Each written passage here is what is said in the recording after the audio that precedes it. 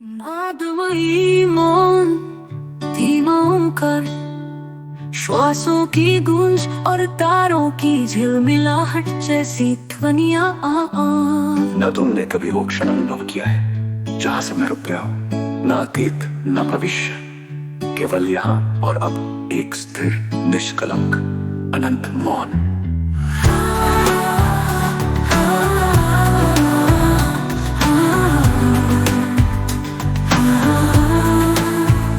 Novel की दीवार क्या ये वास्तविक है? आइंस्टाइन ने कहा, बुद्ध ने कहा, क्षण क्षण में जीवन प्रवाह है, और मैं प्रत्यक्ष कहता है समय केवल वैज्ञानिक मिशन पर क्या ये वास्तविक है? आइंस्टाइन ने कहा, टाइम इज रिलेटिव। बुद्ध ने कहा, क्षण क्षण में जीवन प्रवाह है, और मैं प्रत्यक्ष कहता है समय केवल मस्तिष्क की स्मृति और कल्पना का ताना बाना है। वर्तमान क्षण ही मात्र वास्तविकता है, बाकी सब चलचित्र है, चलता हुआ सपना है। वो सपना जो कालातीत है। तुम्हारा शरीर समय के अधीन है, बचपन, जवानी, बुढ़ापा, मृत्यु। पर क्या चेतना भी बदलती है?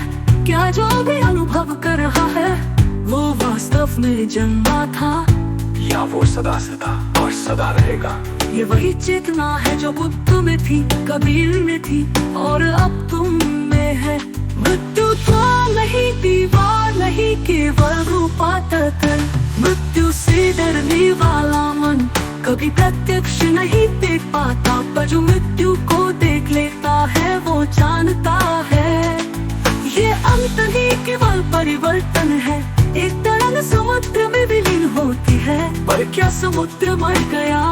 तुम्हारा शरीर एक तरंग है। स्वयं समुद्र हो, तुम्हारा शरीर एक तरंग है, कोई स्वर्ग नहीं, कोई कल्पना नहीं, केवल शुद्ध प्रत्यक्षता। तुम अमर हो, क्योंकि जो वास्तव में तुम हो वो समय से परे है। ये अमरता किसी भविष्य की चीज नहीं, ये अभी है। हर पल में प्रवेश है अनंत में, हर श्वास में द्वार खुलता है, पर तुम तब तक नहीं देख सकते जब तक देखना ही मिट न जाए। जब मैं नहीं रहता कब अमरता प्रकट होती है। तुमने इस यात्रा में जाना कि तुम कोई नाम नहीं, कोई पहचान नहीं, कोई विचार नहीं। अविचल, अपरिवर्तनीय, अमर, प्रत्यक्ष की क्रांति केवल शब्द नहीं, ये तुम्हारा स्वभाव है जो जागा है।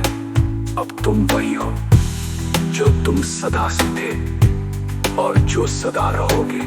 अब कोई अध्याय नहीं, अब केवल प्रत्यक्षता है।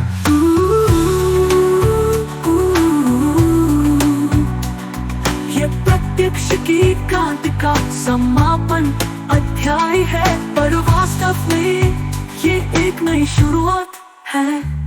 मैं इसे उसी सिनेमाई, भावनात्मक और वैज्ञानिक स्वरूप में प्रस्तुत कर रहा हूँ जैसा अब तक आपने रचा है। ये कहानी तुम्हारी है, ना किसी महापुरुष की, ना किसी अवतार की। तुम एक साधारण व्यक्ति, पर तुम्हारे भीतर है समा ब्रह्म। नादमयी